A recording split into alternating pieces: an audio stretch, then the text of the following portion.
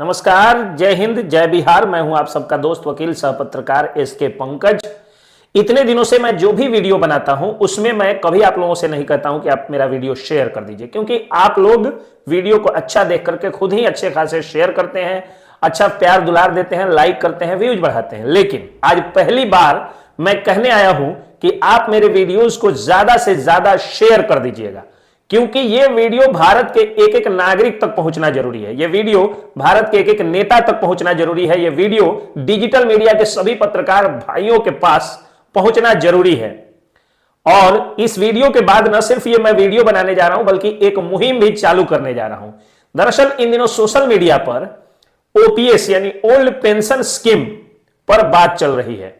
लोगों का कहना है कि जिस तरह से पहले सरकारी नौकरी वालों को जीवन भर यानी मरने के दिन तक पेंशन दिया जाता था, उसी तरह से वही पुरानी पेंशन स्कीम लागू की जानी चाहिए। राजस्थान में तो गहलोत सरकार ने अपने घोषणा पत्र में लिखा था कि अगर दोबारा राजस्थान में कांग्रेस पार्टी की सरकार बनती है तो ओपीएस यानी ओल्ड पेंशन स्कीम लागू किया जाएगा। आंशिक स्तर पर लागू होने की खबरें भी आ रही थी, लेकिन सभी लोग कहते हैं कि ओल्ड पेंशन स्कीम यानी ओपीएस की तो सब लोग बात करते हैं, एलपीएस की कोई बात नहीं करता। एलपीएस कहने का मतलब यह है लेबरर्स पेंशन स्कीम, यानी मजदूरों के लिए एक पेंशन स्कीम, श्रमिकों के लिए एक पेंशन स्कीम।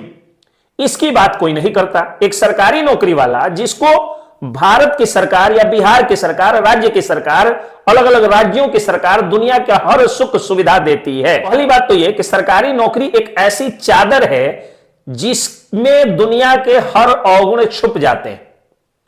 यानी अगर कोई व्यक्ति पियाक है, कोई व्यक्ति जो है वो चरित्रहीन है, कोई व्यक्ति कुछ भी है, उसको सरकारी नौकरी लग जाती है तो समाज में उसके सारे अवगुण ढक दिए जाते हैं और लोगों को लगता है कि हाँ ये सही काम करता होगा क्योंकि इसको सरकारी नौकरी लग गई। तो एक तो वो प्रतिष्ठा है, वो प्रतिष्ठा मिल रही है। सरकार कौन कौन सी सुविधा देती है भाई? तो सबसे ज्यादा जॉब सिक्योरिटी जो है वो सरकारी नौकरी वालों को है। यानी मैं आप लोगों के लिए वीडियो बना रहा हूं, दिन भर वकालत करता हूं, इस कोर्ट से उस कोर्ट, इस मंजिल से उस मंजिल दौड़ते रहता हूं। भगवान न करे कभी अगर मेरा पैर टूट जाए तो वकालत की प्रैक्टिस उसी समय बंद हो जाएगी। हाथ टूट जाए वकालत की प्रैक्टिस बंद हो जाएगी। मजदूर और श्रमिकों का कोई भी एक अंग कमजोर हो जाए या कुपोषण हो जाए, शरीर की ताकत कम हो जाए तो उसके सामने भूखमरी की समस्या आ जाएगी। लेकिन एक सरकारी नौकरी वाले का हाथ टूटे, पैर टूटे, गला खत्म हो, आंख फूटे, कोई भी शरीर में व्याधि हो, कैंसर तक की बीमारी हो जाए, जितना दिन वह व्यक्ति बेड रिडन रहेगा उसको सैलरी जस की तस मिलती रहेगी। इस सुविधा के बावजूद भी इन्हें ओल्ड पेंशन स्कीम चाहिए, लेकिन ये लोग ये बात नहीं करते हैं कि मजदूरों के लिए पेंशन स्कीम की योजना लागू की जाए, क्योंकि एक मजदूर जिस दिन उसका कोई भी अंग खराब हुआ उसी दिन उसके सामने भुखमरी की स्थिति आ जाती है। उस व्यक्ति के बच्चे, उसका परिवार जो है वो भयंकर गरीबी, दरिद्रता, भुखमरी का शिकार हो सकता है। लेकिन उसको पेंशन स्कीम नहीं मिलनी चाहिए।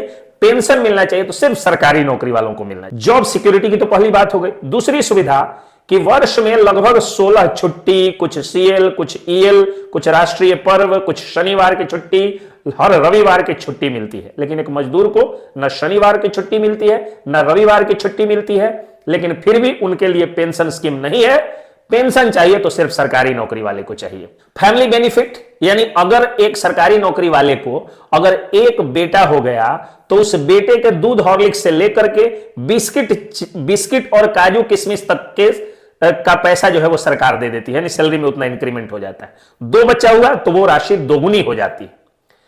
लेकिन फिर भी उन्हें पेंशन स्कीम चाहिए, उनको जीवन भर पेंशन चाहिए। यानी अगर कोई व्यक्ति 13 वर्ष 6 महीने की नौकरी कर लिया और उसके बाद वह व्यक्ति वीआरएस ले लिया, वॉलंटरी रिटायरमेंट ले लिया, या किसी कारणवश रिटायर्ड हो गया, या उतनी दिन बची हुई नौकरी को ही कर लिया, तो फिर अगर वह व्यक्ति 100 वर्ष भी जिएगा तो बेड पर भी उसको पेंशन चाहिए।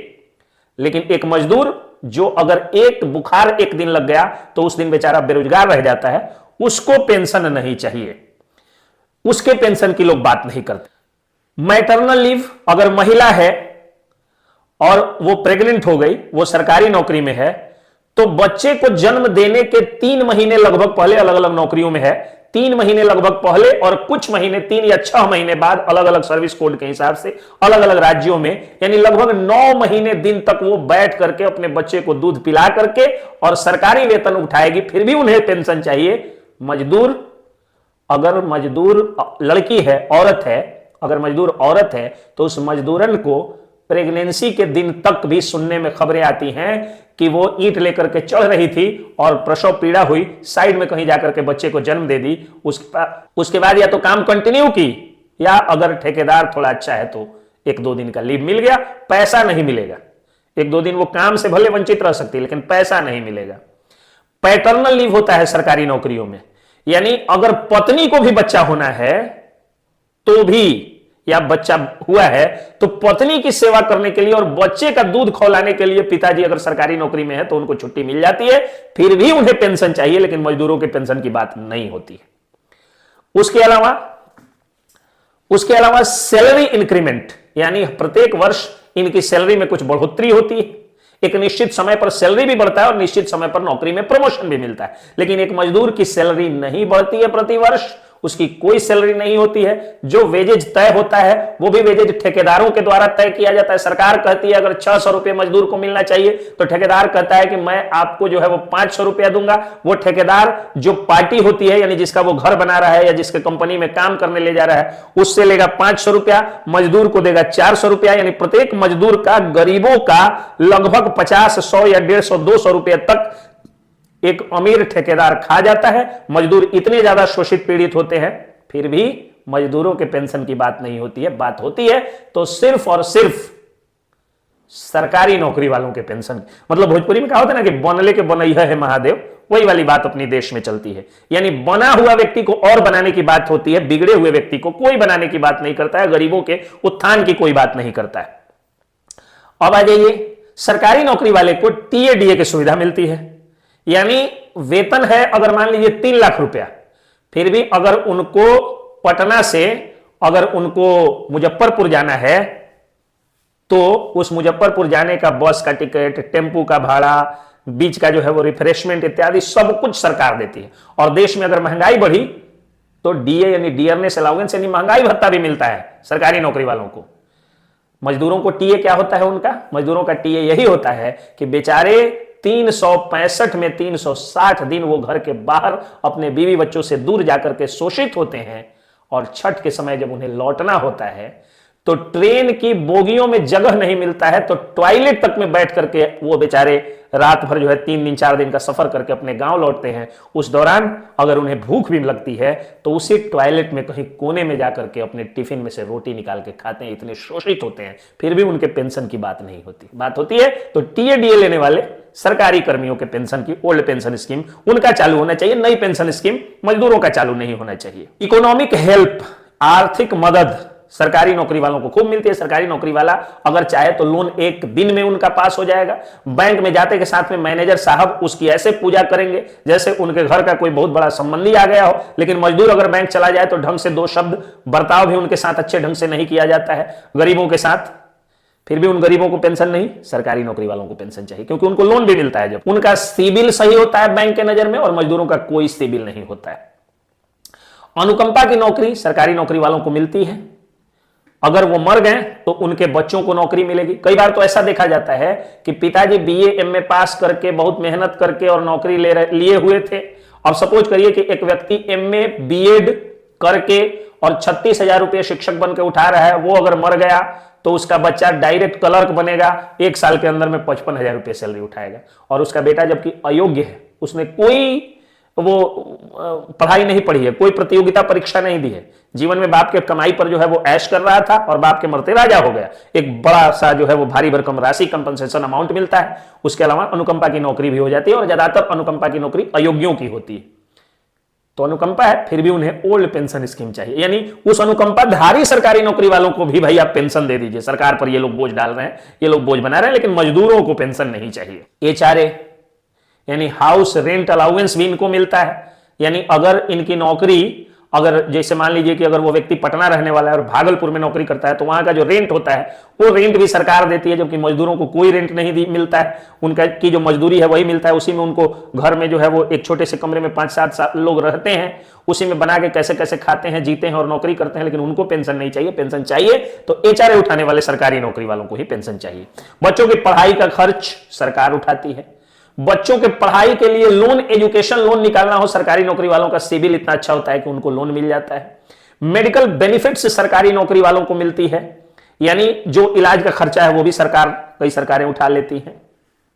ये सारी सुविधा प्राप्त करने वाले सरकारी नौकरी वालों को पेंशन चाहिए। मजदूरों के पेंशन की बात इस देश में नहीं होती है। तो अब मैं डिजिटल मीडिया के एक एक पत्रकार से अनुरोध करूंगा कि ओपीएस के जगह एलपीएस की बात होनी चाहिए, लेबरर्स पेंशन स्कीम की बात होनी चाहिए। जिस तरह से मोदी जी ने 1 रुपए में बीमा कर दिया, साल का 12 रुपया जमा करके, और मजदूरों का जो है वो 1 लाख 2 लाख तक का बीमा हो गया है, उसी तरह से 25 लाख रुपए का बीमा सरकार दे मजदूरों को, गरीबों को। मजदूर की श्रेणी में मिस्त्री को भी रखा जाए, वो ठेला वाले हैं, भूजा वाले हैं, कचरी वाले हैं, सब्जी वाले हैं, फुटपाथ पर दुकान लगाने वाले लोग हैं, उन सबका इंश्योरेंस, टर्म इंश्योरेंस बेहद कम पैसे में किया जाए। यानी वो लोग वर्ष में अगर 100 रुपया भी दें तो 25 लाख तक का टर्म इंश्योरेंस उनका होना चाहिए। उनको एक निश्चित उम्र तक काम करने के बाद, यानी अगर वो वेंडर्स रजिस्ट्रेशन कराते हैं, लेबरर्स रजिस्ट्रेशन कराते हैं, मैकेनिक के रूप में रजिस्ट्रेशन कराते हैं, बेरोजगार के रूप में रजिस्ट्रेशन कराते हैं, या किसी रूप में जो है वो रजिस्ट्रेशन करा करके और सरकार का अगर काम करते हैं, चाहे वो प्राइवेट शिक्षक हो, चाहे कोचिंग संचालक हो, चाहे पत्रकार हो, चाहे वकील हो, यानी प्राइवेट नौकरी पेशे वाले हर व्यक्ति को सरकार उनका टर्म इंश्योरेंस, एक लाइसेंस निर्गत करे। लाइसेंस के साथ आवश्यक शर्त उनकी रखी जाए कि टर्म इंश्योरेंस होना चाहिए और 25 लाख रुपए से ऊपर का टर्म इंश्योरेंस होना चाहिए। उसके लिए उनका इनकम टैक्स वैल्यू नहीं देखा जाना चाहिए। कोई भी व्यक्ति, चाहे वो 1 रुपया इनकम टैक्स देता हो या 1 करोड़ देता हो या 1 अरब देता हो, जान की कीमत प्रत्येक व्यक्ति के लिए बराबर होनी चाहिए। और एक मिनिमम टर्म इंश्योरेंस सबके लिए सरकार अनिवार्य करती और उसका कुछ पैसा भले काट लेती, लेकिन मिनिमम जिस तरह से 1 रुपया का महीना मोदी सरकार ने और 300 कुछ रुपए का महीना वाली 2 योजनाएं जो मोदी सरकार ने शुरू की थी, वही उसी तरह की योजना मजदूरों के लिए या प्राइवेट कर्मियों के लिए या प्राइवेट नौकरी पेशे वालों के लिए वो शुरू करे सरकार। और इसके अलावा एक निश्चित समयावधि, यानी 30 साल या 20 साल सरकार जो है वो अपने अपने राज्यों के अनुसार वो बना लेती या केंद्र सरकार ही बना देती।